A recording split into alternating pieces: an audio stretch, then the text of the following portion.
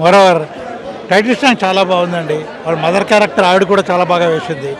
అయితే ఏంటంటే చాలా కష్టపడి పైకి రావాలి. ఒక్కసారి అన్నీ రావాలంటే రావు, ఒక్కసారి కూడా ఏది జరగదు. కానీ చాలా బాగా తీశారండి సినిమా మాత్రం.